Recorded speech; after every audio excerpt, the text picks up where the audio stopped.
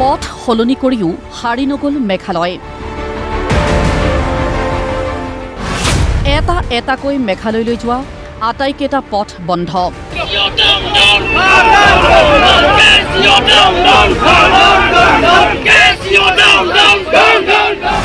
যোৰাবাটৰ পিছত এইবাৰ বন্ধ ৰাণী শুকুৰবেৰীয়া পথাৰখমা মৈৰাং পথ।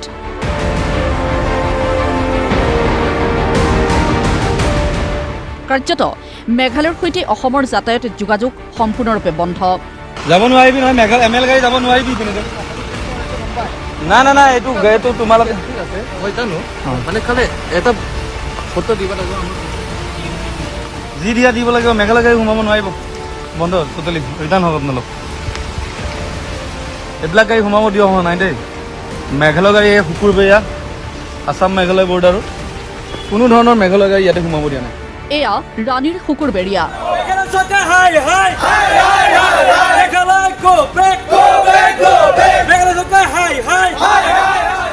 কেব চালকৰ প্ৰতিবাদত যোৰাবাট বন্ধ হৈ পৰাত গুৱাহাটী বিমানবন্দৰ বা ৰেল ষ্টেচনলৈ আহিবলৈ ৰাণী পথাৰখমা মৈৰাং পথ ব্যৱহাৰ কৰিবলৈ পৰামৰ্শ দিছিল মেঘালয় প্ৰশাসনে। শুকুৰবাৰে নিশাৰে পৰা শুকুৰবেৰীয়াত অৱস্থান লৈ সেই পথো বন্ধ কৰি দিলে বীৰ লাচিত সেনা আৰু কেব চালকসকলে। বিগত দিনতো মেঘালয়ে অসমৰ ওপৰত বহুত বৰ্বৰতা দেখাইছিলে, আমি বহুত আগতেও পাইছোঁ। আৰু তেওঁলোকে দুদিনৰ কাৰণে শান্ত হৈ যায় আৰু পিছত আকৌ অসমীয়া মানুহবিলাকৰ ওপৰত তেওঁলোকে বৰ্বৰতা দেখায়। গতিকে এইবাৰ মানে এই বস্তুটো ট'টেলি শেষ হ'ব লাগিব, কাৰণ এই KSU নামৰ ছাত্ৰ সংগঠন, এইটো একচুৱেলি ছাত্ৰ সংগঠন নহয়, এইটো সন্ত্ৰাসবাদী সংগঠন বুলি আমি ক'লোঁ। সন্ত্ৰাসবাদী সংগঠন বুলি এটা কাৰণতে ক'লোঁ, কাৰণ তেওঁলোকে অসমৰ গাড়ীবিলাক বিচাৰি সৰু বাচ্চা কণ বাচ্চা থকাৰ পিছতো তেওঁলোকে প্ৰহাৰ কৰিছে। গতিকে অসমত কিন্তু সেনেকুৱা দল সংগঠন বহুত আছে, কিন্তু সেনেকুৱা মানুহ নাই তেওঁলোকৰ নিচিনা KSU নামৰ যিটো ছাত্ৰ সংগঠন, নিংনি খোৱা ছাত্ৰ সংগঠনৰ নিচিনা মানুহ কিন্তু অসমত নাই। গতিকে এইবাৰ যদি এই মেঘালয় চৰকাৰ তথা মেঘালয় প্ৰশাসনে অসমৰ লগত মানে আলোচনা কৰিব লাগিব, আলোচনাত বহিব লাগিব, আৰু অনাগত দিনত তেওঁলোকে এনেকুৱা ধৰণৰ উৎপাত নকৰোঁ বুলি প্ৰতিশ্ৰুতি দিব লাগিব। তাৰ লগত আৰু এটা কথা, তেওঁলোকে যিখিনি ক্ষতিপূৰণ আমাক দিব লাগিব। আমাৰ গাড়ী যিমান ভাঙিছে, যিমান মানুহক মাৰিছে, তেওঁলোকৰ ক্ষতিপূৰণ সম্পূৰ্ণভাৱে দিব লাগিব। নহ'লে অন্যথা আমি এই আন্দোলন আমি অব্যাহত ৰাখিম, আৰু আগন্তুক দিনত যদি এনেকুৱা কাম হয় আমি এই আন্দোলন অনিৰ্দিষ্ট কাললৈ আমি ৰাখিম বুলি আমি জনোৱা হ'ল। যোৰাবাটেদি নোৱাৰি ৰাণীয়েদি মেঘালয়লৈ যাবলৈ খুজি ৰাণীতে ৰৈ গৈছে বাহিৰৰ পৰা অহা পৰ্যটকসকল। খানাপাৰাৰ পৰা যিদৰে মেঘালয়ৰ বাহন উভতাই পঠিওৱা হৈছে, ঠিক একেদৰে ৰাণীৰ পৰা ঘূৰাই পঠিওৱা হৈছে পৰ্যটক কঢ়িয়াই নিয়া অসমৰ বাহনসমূহ। চালকসকলেও মেঘালয়ৰ ভিতৰত কোনো ৰিস্ক ল'ব খোজা নাই। মই মানে পৰ্যটক লৈ আহিছিলোঁ। পৰ্যটক ক'ৰ পৰা আনিছিল আপুনি? মই এনে কলকাতাৰ হয়, কলকাতাৰ পৰ্যটক হয়। এতিয়া মই মানে আমি যোৱাকালি পিক আপ কৰিছিলোঁ। একচুৱেলি যোৱাকালি যাব লগা আছিলে শ্বিলঙত। আমি ক'লোঁ যে এনেকৈ তেনেকৈ মানে প্ৰটেষ্ট চলি আছে, মানে কিবা গণ্ডগোল চলি আছে, তাতে গাড়ী চাড়ী ভাঙিছে বুলি এনেকৈ ক'লোঁ। কোৱাৰ পিছত তেখেতলোকে ক'লে ঠিক আছে আজি নাযাওঁ, কালি যদি ঠাণ্ডা হৈ যায় গুচি যাওঁ। আজি আকৌ হোটেলৰ পৰা ওলাই মানে এনে খবৰ ল'লোঁ, ইফালৰ পৰা যাব দিছে বুলি শুনা পাইছিলোঁ।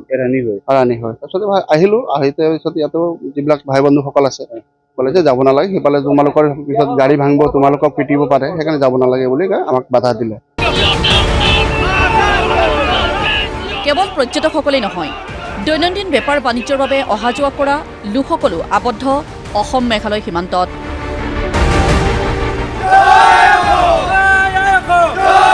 প্ৰতিৰোধকাৰীসকলে মেঘালয় চৰকাৰে ভুল স্বীকাৰ কৰি ক্ষমা প্ৰাৰ্থনা নকৰালৈ ৰাণীৰ ৰাজপথৰ পৰাও আঁতৰি নোযোৱাৰ সিদ্ধান্ত লৈছে। খাচী ছাত্ৰ সন্থাকো সকীয়াই দিছে দল সংগঠনৰ বিষয়ববীয়াই। একচুৱেলি হাঁহি উঠিছে, অকল তেওঁলোকে যদি ভাবিছে জৰাবততে অকল গাড়ী ৰাখিব, এইটো মিছা কথা। অসমৰ প্ৰত্যেকজন অসমীয়াই মেঘালয় গাড়ী অসমত প্ৰৱেশ কৰিব নিদিয়ে। আজি ৰাণী হওক বা বিকল্পভাৱে তেওঁলোকৰ যি ৰাস্তা আছে, এটা ৰাস্তাৰে এজন মেঘালয়ত থকা মানুহ অসমত প্ৰৱেশ কৰিব নোৱাৰিব, এইটো কেতিয়াও দিয়া নহ'ব। আৰু আগন্তুক দিনত এনেকুৱা মানুহ যদি কোনোবাই ভাবিছে যে অসমত আহি পেলাই অসমীয়া মানুহৰ লগত তেওঁলোকে দাদাগিৰি কৰিব, এইটোতো অসম্ভৱ কথা। ৰাণীৰ দৰেই বকো নংষ্টেইন, হাহিম আৰু লাম্পিৰোডো প্ৰায় বন্ধ হৈ পৰিছে। খাচী ছাত্ৰ সন্থাৰ হিংসাক প্ৰশ্ৰয় দি এক প্ৰকাৰে বিপদ চপাই ল'লে নেকি মেঘালয়ে? সীমান্তৰ এই উত্তেজনা সহজে প্ৰশমিত কৰিবলৈ সমস্ত দায়িত্ব কিন্তু মেঘালয় চৰকাৰে ল'ব লাগিব।